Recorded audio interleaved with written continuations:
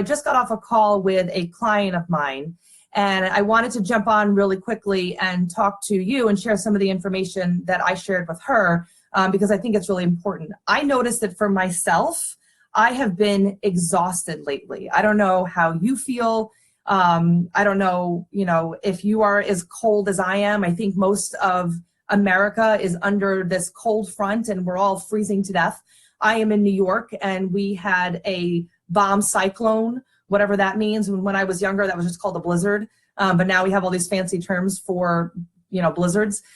So we have about 1.5 feet of snow out there. We had more sleet and snow earlier. It's been really cold, like negative numbers for more than a few days. And even though it is New York, it's still cold for New York. So I've noticed today that I am just exhausted. I had such a hard time getting out of bed. And I'm hearing that that's happening to a lot of people. So I wanted to share some of the things that I know where I'm lacking, that I'm going to start changing tomorrow, making sure that I get back on track. So one of the things that it's important to get back on track is to make sure that you are getting your routines. So for example, normally I drink water every single day. I normally drink about 96 ounces of water. And yes, that means that I am cleansing my body very well. Yes, that means I'm probably going to the bathroom a lot, but I am getting out all the toxins. Not drinking 96 ounces of water means I'm dehydrated and I'm not getting all of the hydration that I need to be getting. So that right there can make you tired and not feel good.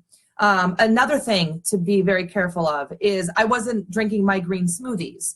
If you ever paid attention to these videos, you know that I talk about my green smoothies all the time, really forcing in all those green leafies, putting in some fruit, water, chia, and blending it and making sure I'm getting in all my vitamins and minerals from my green smoothies every single day. And I had gotten myself out of that habit.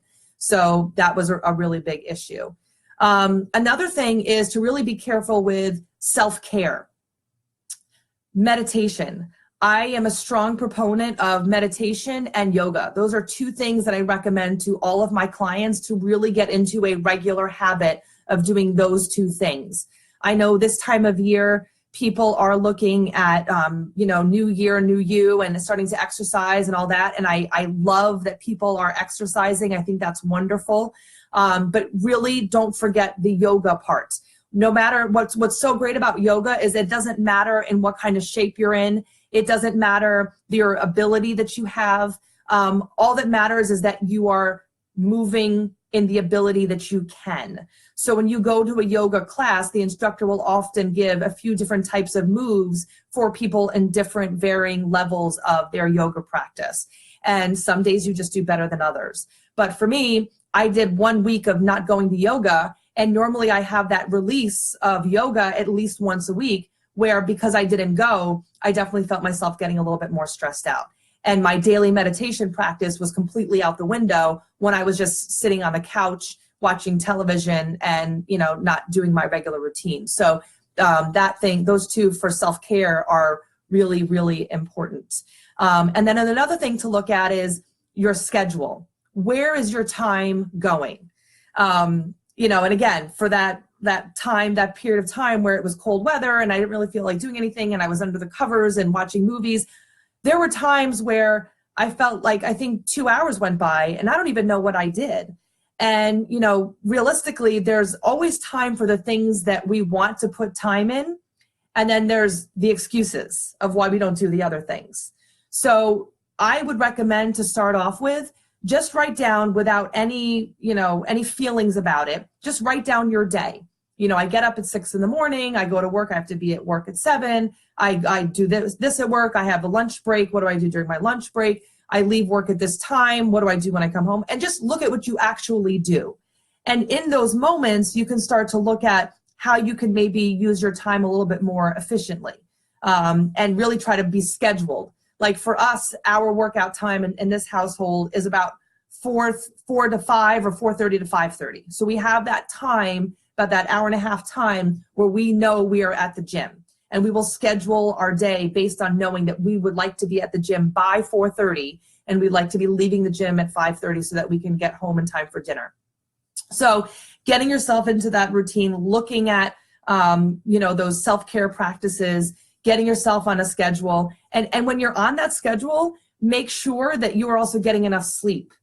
Going to bed at a decent time and waking up at a decent time. So looking at getting your 8 hours in.